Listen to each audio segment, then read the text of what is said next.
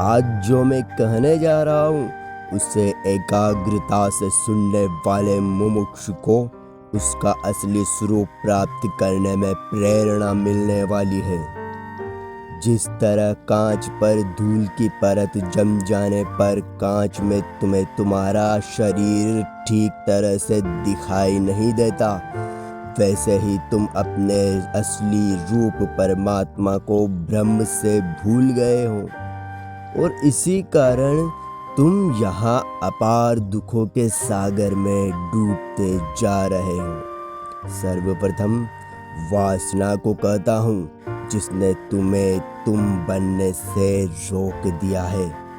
मूढ़ जीवों पर राज करती हूँ जो मुझे ना समझ पाए उन मूर्खों से लिपट कर उसे अपने वश में कर लेती हूँ। मैं वासना हूँ।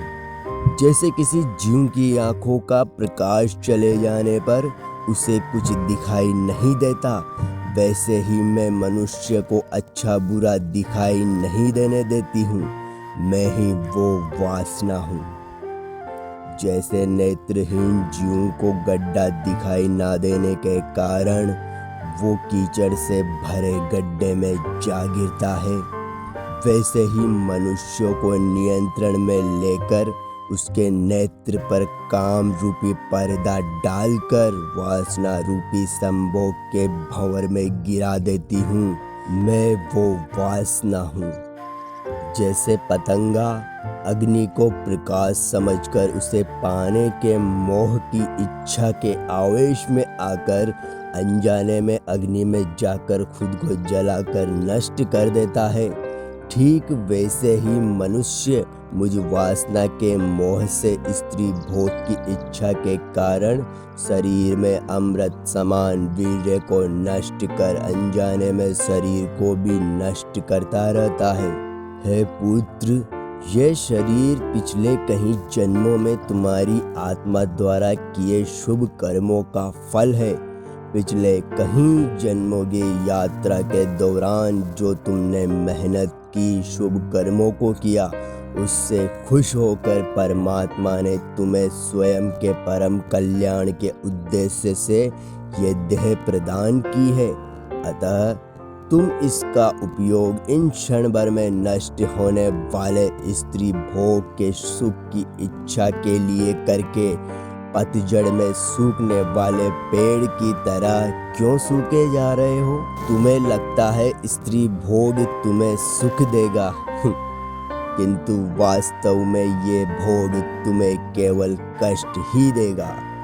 या तो तुम वासना रूपी इच्छा में फंसकर वीर्य नष्ट करते हुए इस देह का नाश कर दोगे, या फिर इस इच्छा के आवेश में आकर कोई अपराध कर दोगे। लिंग इंद्रिय भोग की वस्तु नहीं, संतान उत्पत्ति के उद्देश्य से परमात्मा ने तुम्हें दिया है, ताकि जो परम तत्व को पाने की यात्रा शरीर के थक कर नष्ट होने के कारण पिछले जन्म में तुम पूरी नहीं कर पाए, उसे लिंग के द्वारा अगले जन्म का अगले शरीर का निर्माण कर पूरी कर सको।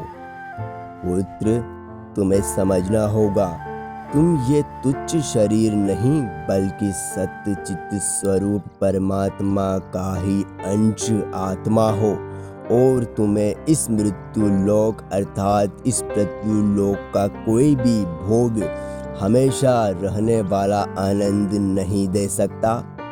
तुम्हारा स्वभाव परमानंद है, इसीलिए तुम्हारी देह को आनंद की इच्छा होती है, किंतु ये कुछ क्षण के लिए मिलने वाले झूठे सुख तुम्हें आनंदित नहीं कर सकते।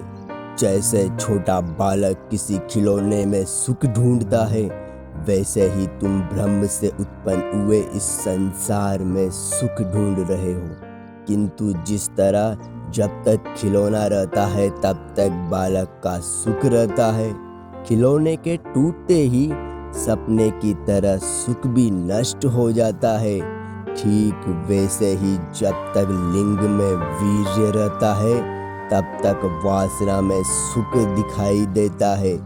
जैसे ही वीर्य बहकर नष्ट हो जाता है, उसी क्षण वह सुख भी नष्ट हो जाता है, अर्थात वह हमेशा रहने वाला नहीं है। और जो नष्ट हो जाता है वह झूठ होता है, क्योंकि सच तो वही होता है जो हमेशा एक जैसा ही बना रहे। जो बदल जाए वो भला सच कैसे हो सकता है? हे विद्वान पुत्र, इस संसार को भी तुम मिथ्या ही जानो और विचार करो। जैसे नींद खुल जाने पर सपना नष्ट हो जाता है, उसी तरह आत्मबोध हो जाने पर ये झूठा संसार भी नष्ट हो जाता है। जिस तरह किसी विरला अबोध को रस्सी में सांप का भ्रम हो जाता है, उसी तरह तुम्हें इस शरीर में मैं का भ्रम हो गया है। जैसे विवेक पूर्ण गौर से देखने पर तुम्हें पता चलता है कि वो सांप नहीं बल्कि रस्सी ही है, वैसे ही आत्मा को गौर से समझने पर तुम्हें पता चलता है कि तुम ये शरीर नहीं बल्कि शरीर में रहने वाले आत्मा हो। आत्मा को तुम इस शरीर से अलग समझो, क्योंकि शरीर नष्ट होता है, आत्मा नहीं। जब तुम ये शरीर ही नहीं हो तो ये वासना तुम्हें कैसे परेशान कर सकती है। स्त्री सुख इस शरीर की जरूरत है, ना कि आत्मा की, क्योंकि शरीर चाहे स्त्री का हो या पुरुष का हो, उस शरीर का मालिक तो आत्मा ही है। स्त्री सुख इस शरीर की जरूरत है, ना कि आत्मा की, क्योंकि शरीर चाहे स्त्री का हो या पुरुष का, उसमें रहने वाला तो आत्मा ही है। यदि तुम आत्म तत्व को जानने की इच्छा करने वाले हो तो मुझसे आत्म का तत्व पूछो।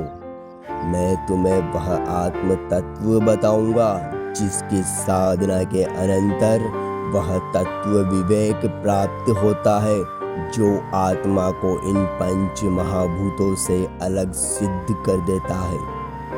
जल, अग्नि, वायु, प्रकाश और पृथ्वी सब कुछ इन पंच तत्वों से ही उत्पन्न हुआ दृश्य मात्र है। आत्मबोध में स्थिति हो जाने पर मनुष्य अपने आप को पंच तत्वों से अलग आत्मा समझता और जानता है। इसीलिए वो वासना की बेड़ियों को तोड़कर इस वासना रूपी भ्रम से मुक्त हो जाता है। अतः इस आत्मा को तत्व से जानकर आत्म स्वरूप में स्थित हो जाओ और अपने परम कल्याण सत्य चित्त परमात्मा परम पद को पाने हेतु यात्रा को आगे बढ़ाओ। करोड़ों जन्मों की तपस्या के बाद वरदान स्वरूप तुम्हें यह मनुष्य शरीर मिला है। क्या इस शरीर को ऐसे ही नष्ट करके अपनी करोड़ों जन्मों की तपस्या को बर्बाद कर दोगे? ऐसा तो कोई मूढ़ महामूर्ख ही कर सकता है। उठो सनातनी और अपने परम अधिकार सनातन को प्राप्त करो।